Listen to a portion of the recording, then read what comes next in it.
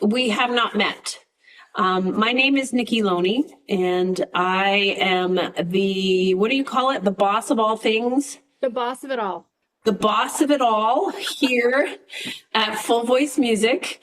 And Full Voice Music is a Canadian company. I'm going to share my screen to my slides here. And can everybody see my screen? Give me a little thumbs up. Awesome. So today, our topic for live office hours is spooky or seasonal singing activities. And full disclosure, I love this season. The Halloween season, the fall season is my favorite time, and I've had so much fun with my students over the last couple of years. Now, before we get started, I do want to mention today in Canada, it is National Day for Truth and Reconciliation. And this is the day where we honor the lost children and the survivors of the residential school system in Canada. And I think this is our fourth year with this day of memorial. This is the commemoration of a very tragic and painful history. And it's an important day for us at Full Voice Music because we are a company that celebrates children and children singing. So we observe this day to honor the students, the kids, the children that not only lost their language, but their songs, and they weren't allowed to sing freely. So this is a really, it's a difficult day for me. I really struggle with this day. So if you are in Canada, it is also a day to listen. And all of our radio stations across Canada are featuring stories from Indigenous people. And the theme this year is all our relations, which is basically our relations to each other, to the planet. And there's some beautiful programming. I hope you get a chance to listen to that. So I do want to let everybody know a little bit about me. So I have just retired this past year in June. I said goodbye to teaching, and I said goodbye to my last student. So I have over 30 years of teaching experience in private and small group classes.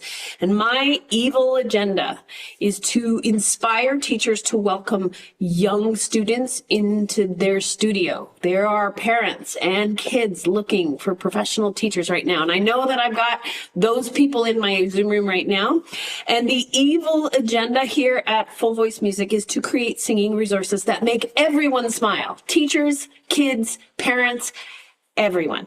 So if you are here today and if you stay to the end of the presentation, we are having some draws for our new student booklet packages. These are choral-sized, octavo-sized exercise and song booklets. And in each package, there are 10. We're going to give away the Halloween spooky vocal study. And yes, we're going to mail these to you no matter where you are on the planet. So we will send it out international if you happen to be one of our winners and you are far away from us. These packages include stickers and all sorts of activities. And if Halloween isn't your thing in your studio, then we'll swap out the Halloween one for the hot chocolate warm-up booklet, which is delightful with lots of wonderful things, plus a language study, which is fun. So let's dive into our topic. So embracing seasonal themes is so amazing in our studios. It can really bring an energy and excitement and, of course, engagement 101 into our studios. And there's lots of ways that we can kind of celebrate the seasons or the holiday. We can customize our warm-ups. We can, use different themes in our exercises. We can explore seasonal repertoire to celebrate it. This can really put some fun little activities into our lesson plans, which makes teaching so, when you have a lesson plan that just knocks their socks off, you feel like a rock star. And that's so important. And then, of course, for some of us, there's performance opportunities. Halloween recitals were a big deal when I was in Hamilton. Our Teachers Association used to do a Halloween recital, and it got to the point where we had to have 3 of them because so many kids wanted to sing in the Halloween or play in the Halloween recital. Now, many of you asked questions, so live office hours is based on your questions. When you registered, you had an opportunity to drop a question there. And lots of you said, what do you do about the students who do not do Halloween? Yes, what do? You have to be inclusive. You don't want to make anybody uncomfortable. Well, this is where you can simply transfer into seasonal or weather themes. And I have both suggestions all throughout this presentation for both seasonal and for Halloween spooky singing. So I'm going to touch on both of these today. So I guarantee you're going to have lots of information and some great little takeaways to your studio for this next month. So one of the things that, first of all, I'm going to talk about some of our resources. I do have other people's resources in here too. So if you are new to Full Voice, on our free resources page, you'll find a fun little pumpkin spice song. And fun fact, I had my first pumpkin spice latte when I went grocery shopping yesterday, and it was delicious. Although she put so much whipped cream on it, like I couldn't get at the coffee, and I really, really, really needed the coffee part of it. So it was a little frustrating. We have updated the pumpkin spice song, and because we're always listening to our teacher friends, and we added a little jazzy optional piano part for those of you that want to get all in there and be busy with that. That was a request. And shout out to my friend and colleague from Forever, Mim Adams. She wrote that. And actually, she sent me 4 of them, and I had to decide which one was my favorite, and it was really hard. So we made Bethany decide. I'm just bringing up my chat here because it's not there. My kids are obsessed with the pumpkin spice. I want to be busy with piano, but my hands say no. I love that. My hands always said no. Like my brain said yes, my hands said no. And yes, Erin said she's using it with adults. Thank you. Yes, a lot of these activities, although they have been developed for kids, they're really beautiful for our older students, and teens and adults actually do really well with some fun in their lives. So I'm really glad that you're doing that. Now, here are some pro tips for addressing part singing. And we've done a whole live office hours on harmony singing, but I just wanted to reiterate some key points. I see a lot of people like to post videos of their people doing our stuff, and I love that. I love it. But sometimes I see versions that are really crazy fast. So I would like to encourage everybody, please be sure to take a slower tempo, especially for younger singers. That melody takes a little bit to get used to. And even though we have put the piano in there, please allow your students to sing unaccompanied. It's so important that they hear their voices. They hear their voices and that they're capable of making mistakes and then correcting their mistakes. It's so important. If you are introducing harmony, that pedal tone, pumpkin, pumpkin pie, that is your starting place. So if I'm dealing with a beginner, whether adult or child, and we're starting to get them to hold their part against something else, that pedal tone is gold. Always, those pedal tones are beautiful. And one of the things I used to do with my students is I would get them to get their phones. And I always used to say to my teenagers, we're going to use your phone for good instead of evil. And I would get them to record the pedal tone and sing it repeatedly on their phones. And then that was their practicing tool. So then they could sing the other lines against the pedal point, the pedal part that they had recorded on their phone. So giving them the tools to practice helps getting them to practice. So there's some updates. Now, if the thought, oh yes. Quick question from Erin. She's curious about the arrangements and the order of the melody versus the pedal tone line. Any thoughts when you were composing it? Ooh. I don't know. That's a really great question. I honestly can't remember.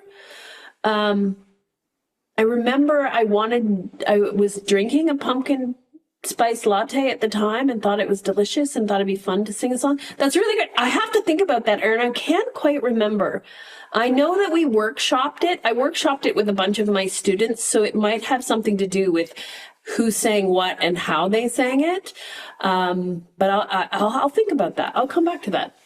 Now, I did want to say, if pumpkin spice is revolting and you hate it and you want nothing to do with it, because there are two categories of people when it comes to pumpkin spice, you could simply swap this out for the hot chocolate warm-up song. It's not necessarily a harmony singing song, but it's a great little warm-up.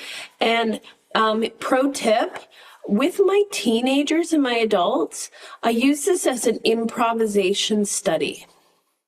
So once they know the hot chocolate song, warm-up song melody, I ask them to start improvising rhythms and notes. And that is always, you can always level up simple activities to your students. Arpana, most of us don't know what pumpkin spice is. We say spicy biryani. Oh, yes. Oh my goodness, for sure. I love that.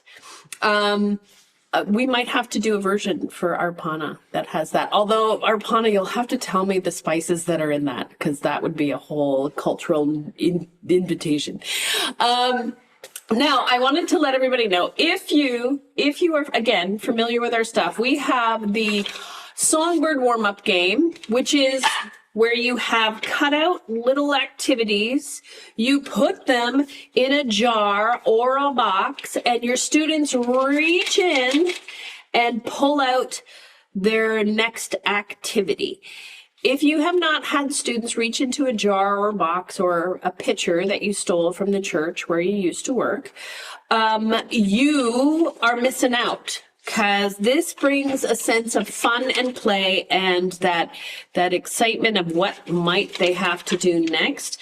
We have a Halloween edition add-on, and it is on our website right now in the free resources.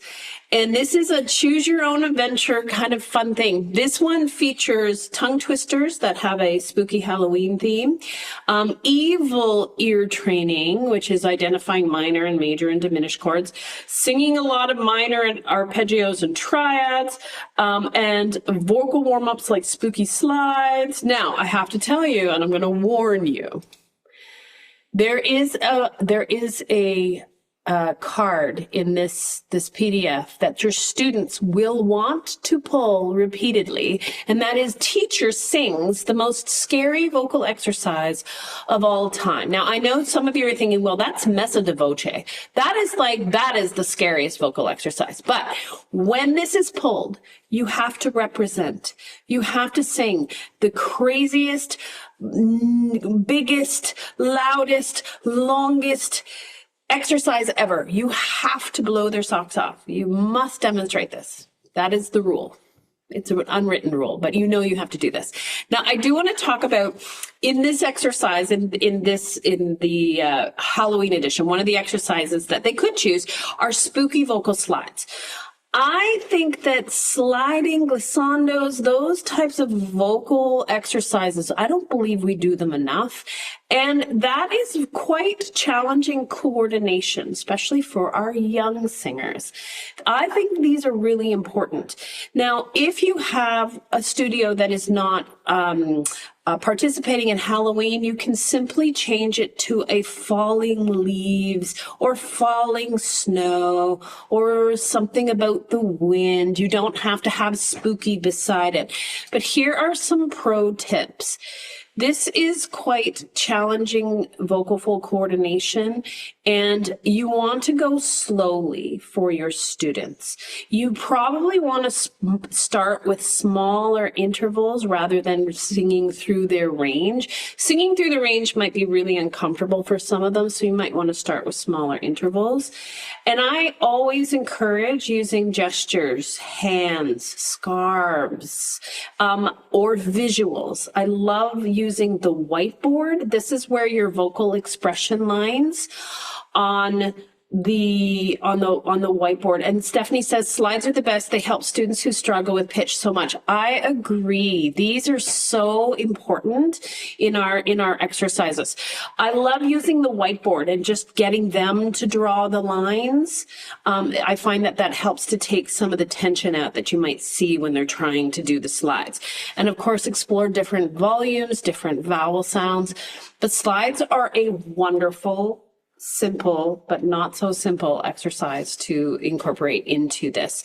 And just some pro tips about just personalizing your warm-ups in general. If you have a costume day, whatever they happen to show up in your studio, you must sing an exercise that embraces and celebrates their character of choice. So if they are a kitty cat, perhaps they can meow their exercises. If they are a pirate, maybe they can sing them like a pirate. Whatever you've got going on. Now, I know some kids are going to come in. One of my kids came in as a vending machine. I'm serious. Kaz had a box on them and cans and chips, and it had a little button, and he would drop this. It was brilliant. Like, he won awards for that. I can't remember. Yeah, I can't remember how I customized it, but we did. You can be creative. Rhythm percussion, totally, like rhythm things, body. Rhythm things is the things fall to the bottom of the machine. Yes, Sound sure. I always love to ask my students to lean into their characters when they're singing their songs. Sometimes those costumes make our shy little singer super brave. So you can really use the costumes and the fun. And I would always challenge them to sing their other repertoire in the character that they were. So again, how would your cat sing this song and make them think? So many ways to personalize. And personalization is engagement 101. When you connect what you are trying to do with things that interest them and excite them, you will have engagement. You will have a student that is interested. And in the studio, you'll have a student that's interested in doing things again and again and again, which is so important. Now, somebody asked, what aspects do you recommend working on besides singing minor or diminished? And that's a great question. I love exploring, maybe not so much with my littles, but with my older students, more dissonant intervals, tritones, major sevens, melodies that have little chromatic passages in it. It's really good. And now with my younger students, I'm not necessarily going to deep dive into the theory behind it. They might not be ready for that, but they can certainly explore singing and getting used to those sounds. That's really important. So that's kind of one of the things I would do with my older students. But those minor keys, hearing those minor sounds, that's challenging for some of our kiddos. So don't be afraid to spend some time there. Now, some of you had questions. What about no singing exercises?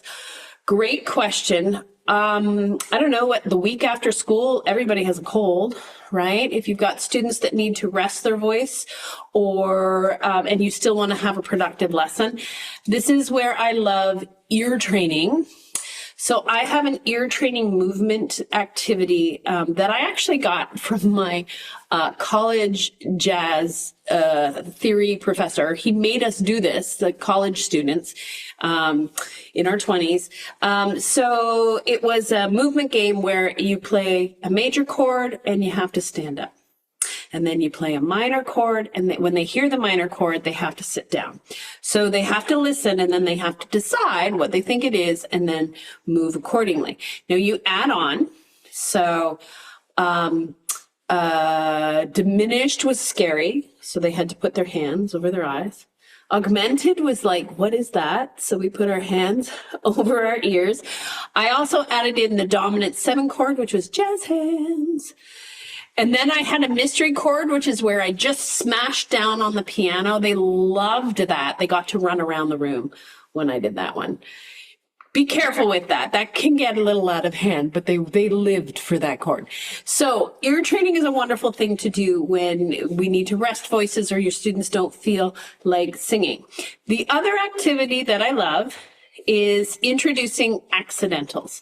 For my littles, I would get my nice big whiteboard and I would just talk about the accidentals and I would get them to practice drawing a flat and a sharp. And that's challenging enough. For my older students, I would test them to see if they could draw the sharps and flats properly on the staff. Now, sad fun fact, most of them can't.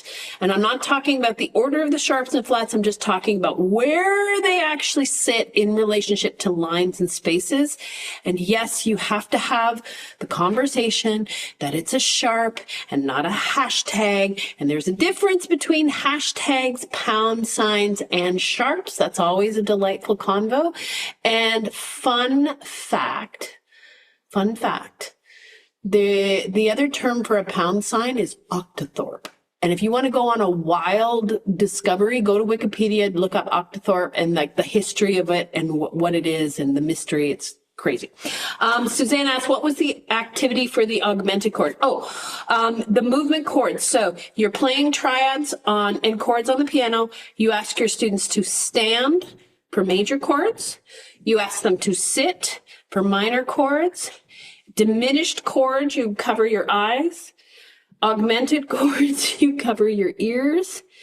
And if you want to get jazzy, diminished chords, dominant seven chords, you have jazz hands, and you can go from there. So hopefully that was helpful.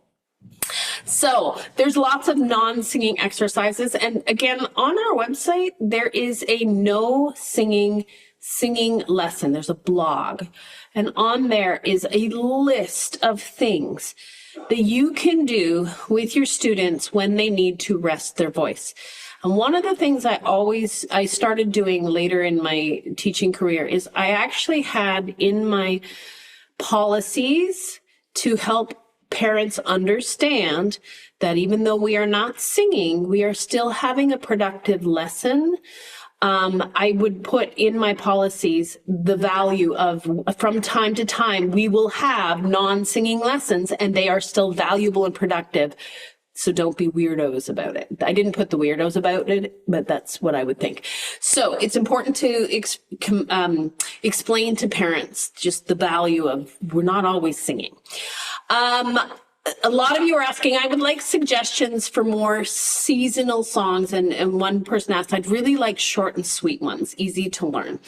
It is a short season, right? You don't want a big 8-page song that's going to take a couple of months to learn. So here are some of my recommendations.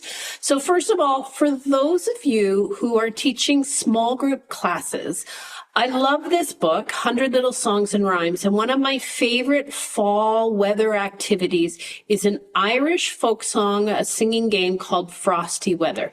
Now, there are lots of different versions of this. You can find free lesson plans on the internet. There are lots of YouTube tutorials.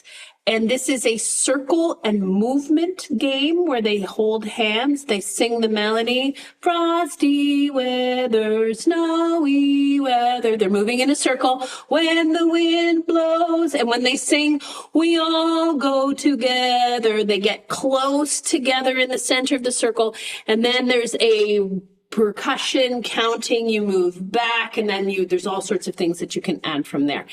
This is a great little song. It's so simple. It's 4 bars and the kids loved it. This was just a wonderful little song. So if you're working with the young singers and you're looking for a fun little seasonal song that's not Halloween, not scary, there's ways to introduce scarves into it, and there's ways to put body percussion into it. So lots of fun.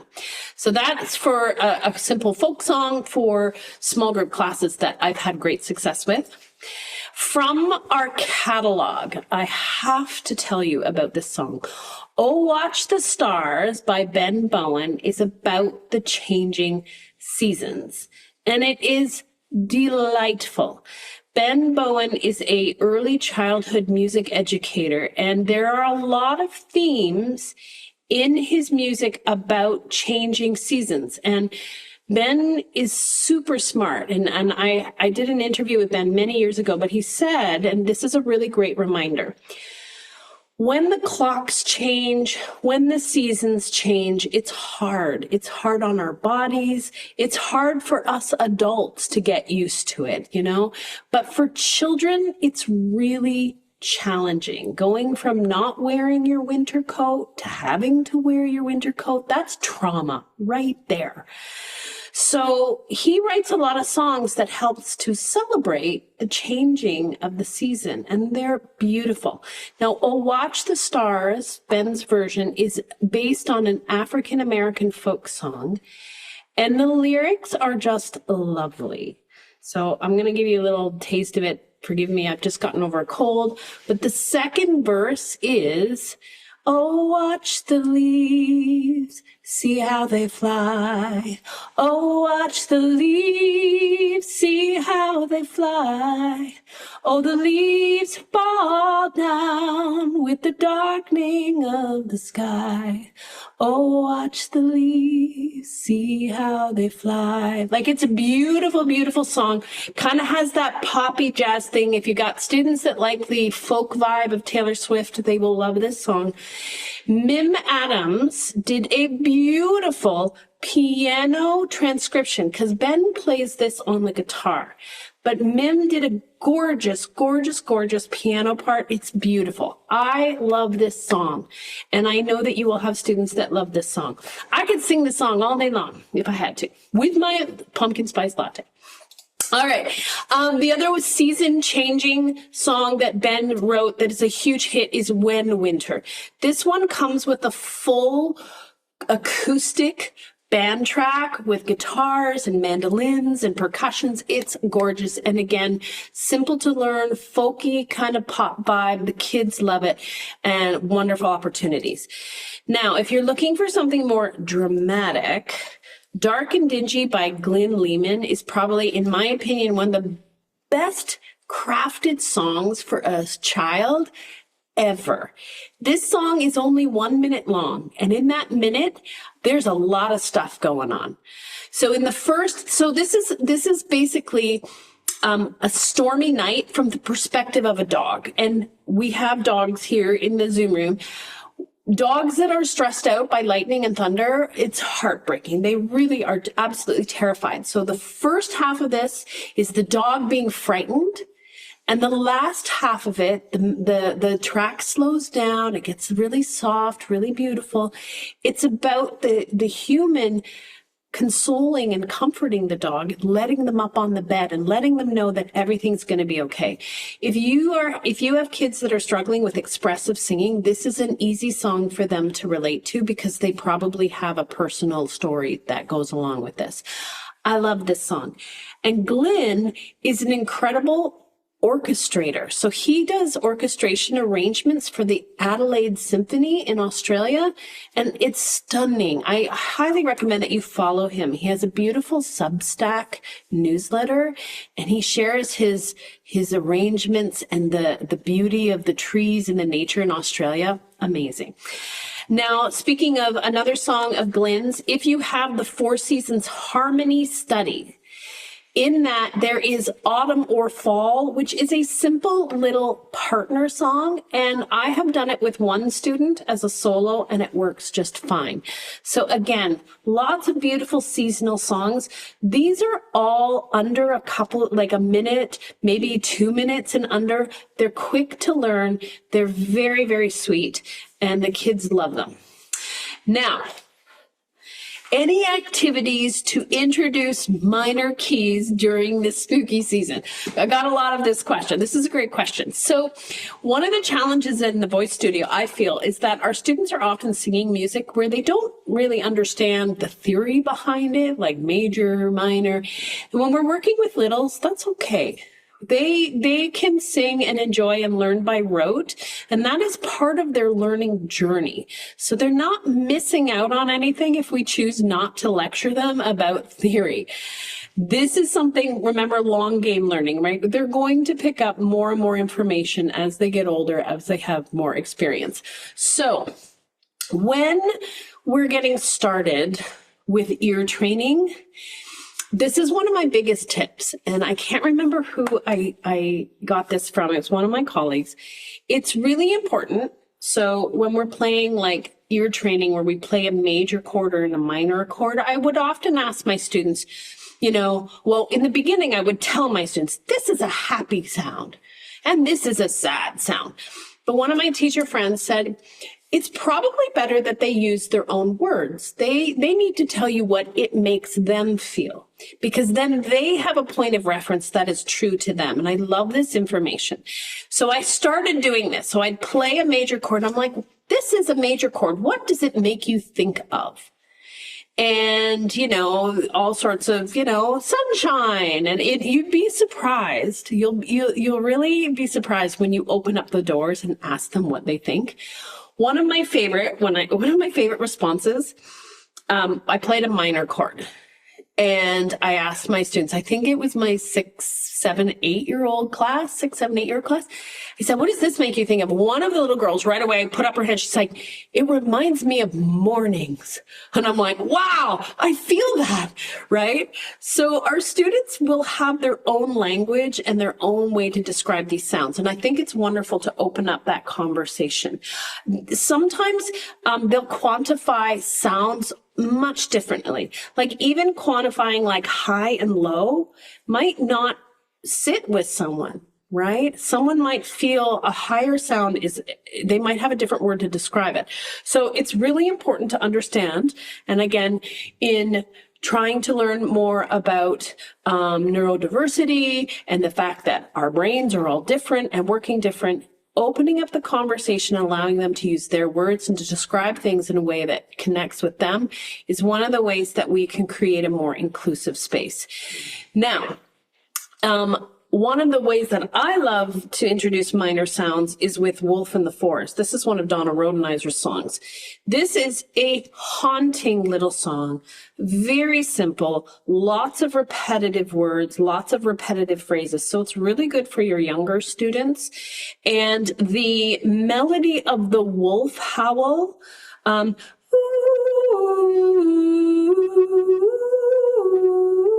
the kids love singing that.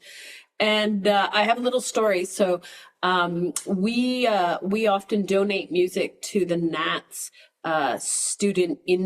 teacher intern program, and they do a sing through with all sorts of songs. They did a sing through. So these are all like university graduates just getting started with their teaching studios. They sang through this song and they loved it. So if professional singers love Wolf in the Forest, your students will too. The one thing I do want to remind everybody, if you are investing in our songs from our library, we don't mess around. We make sure they are complete learning packages with everything you need for success. So they include the score, a lead sheet, because sometimes it's easier for kids to get started with lead sheets rather than seeing all of the piano part. Lyric sheets, so important. Lyric discovery, letting them read the lyrics before they sing the song. They also include lesson ideas, pedagogy. Backing tracks, we have a melody guide. So there's a little melody guide for students learning at home. And bonus, often, not all, but most of them have bonus band tracks, which I think is just amazing. If you're going to perform them, having a full, rich band track behind you, it makes all the difference.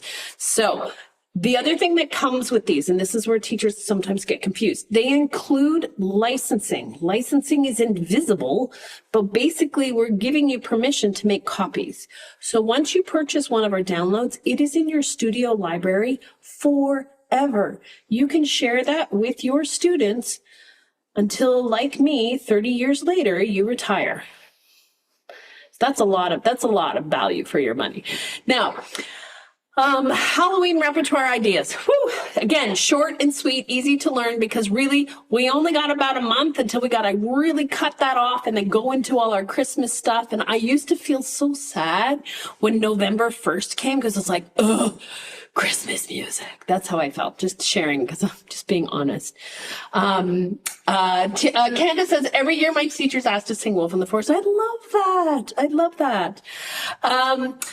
One of my favorites is What's That Sound? Zombie Cat. Now, Zombie Cat was a story written by my student, Esther, and her friend, Lee. And she gave me this little story that had a little rhyme in it. She gave it to me and she said, would you please ask Miss Rodenizer to write a song with our story? And of course, Miss Rodenizer is delightful. So she did. So this is based on this Esther and Lee's story. This is a seasonal semitone and half step study. It's so challenging. So lesson plan idea: spend some time in the warm-up part doing really small slides and scoops into semitones. Explore what that sounds like, what that feels like. And then when you introduce the semitone passages, it'll be much easier for your students. And if you want to bring in the whole sharps and flats little conversation on the whiteboard, there is a solid, fun, entertaining, and engaging lesson. Now, I do want to tell you about Donna's Witch Watches. This is on her website, donnaandandy.com. Now, I've called out Donna for this. She says for all ages. I would not give this to a little. I have a hard time with this one. It is a challenging tongue twister. I would go middle school and high school. This is a lot of fun, and it's on her website. The other book that I recommend is Spooky Songs by Lynn Marsh. She is a composer from the UK, and this has 5 songs, and they're really cute. They're really lovely. Now, I wanted to, one person, actually a couple people asked, how do you get your singers comfortable with making witch sounds or ghost sounds and being a little silly? And I love this question. It's such an important question. Oh, could you repeat the last resource? Sure. Spooky Songs by Lynn Marsh. And you can get that online. Amazon has that, and on the website as well. It's a cute little package. So going back to our question, this is such an important question. How do you get students, what if they don't want to do the witchy E's and the spooky Oo's? This is so, so important. And this question comes up in different ways, and it's come up a few times in our past live office hours. Questions like, how do you get students to sing without hesitation? How do you get them to just let go and sing with expression? How do you get them to sing without being afraid of making mistakes? So I want to address the elephant in the room. Teachers, we get stressed out about students that are hesitant because there's a teacher trap where we think it's a reflection on our teaching skills. And we can start to feel, because we don't see quick progress, that we are not being successful. So here are some important reminders to take into your heart. We need to remember that being a learner is being super vulnerable. Think about the last time you went and did something new, where you weren't the expert, where you had a million questions, where you were constantly, worried about whether you were going to do it right or do it wrong. When I started yoga classes, it was probably 2 years before I actually felt like I was doing something right. And there was a lot of stress around it. I also want to remind teachers that learning to use our voices just to communicate is hard. Our little ones their cognitive processing skills, their speaking skills, they're in development. And there's a lot going on. And if we have students with speech impediments, which is normal for young people, there's a lot going on there. So we need to meet them where they are. And this is a really, really, really important. they're not broken. Our students aren't broken, and we're not fixing them. We need to start with their strengths. We need to find the things that they can do, no matter how teeny, no matter how tiny, and we need to celebrate the crap out of it. And there's some comments there. Repetition. Oh my gosh. Okay. Learning is not A to B. It is A to Jupiter, to yellow sweater, to pumpkin spice, back to A. Maybe you get to B, but you got to start the program all over again. There are so many things. Jen is saying we're teaching a lot of concepts. Oh my goodness, we are, right? So when we find the things, and if we're having a hard time finding the things that they're good at, we're not paying attention. Teacher truth bomb. If we're not paying attention, if we can't see the things that bring them joy, that they enjoy doing, and it is not a bad thing to repeat the same things over and over again. They need that repetition. Iteration is how we learn. We have to do it again and again and again and make little changes and figure it out. And a lot of that comes from just feeling comfortable with it. So when you're starting with their strengths, right, celebrating the crap out of them all the time and letting parents know what you're celebrating too, because parents won't understand what's going on if you don't tell them. The other thing that we do is we give them choices. Would you like to sing a witchy E, or do you feel more comfortable with an oo? Or, hey, you're dressed up as a cat. Maybe you'd like to meow it. Giving choice is essential in our studios. And although we can never guarantee safe spaces, we can do a lot of things and always reflecting on our pedagogy to make sure we're making them comfortable. Sometimes it might be as simple as letting them sit down. Having a lesson and singing some exercises sitting on a carpet face to face. Putting students beside the piano and singing out to the room is a huge stress for a lot of singers. That's a very vulnerable place. So look at ways that you can make them more comfortable, right? What exercises do they love? Jen, great comment. Jen, we can bring back an old exercise and song that they love and then add a new comment. Amen. Yes. Yes, you can approach all sorts of pedagogy using the exact same stuff. I can probably, if you challenged me, I could take Hot Chocolate Warm-Up Song and I could pull together probably 20 different lesson plans with that, approaching different pedagogy, different challenges, different ages. So thank you to Jen for those comments. So I don't want to wrap things up. We have a draw.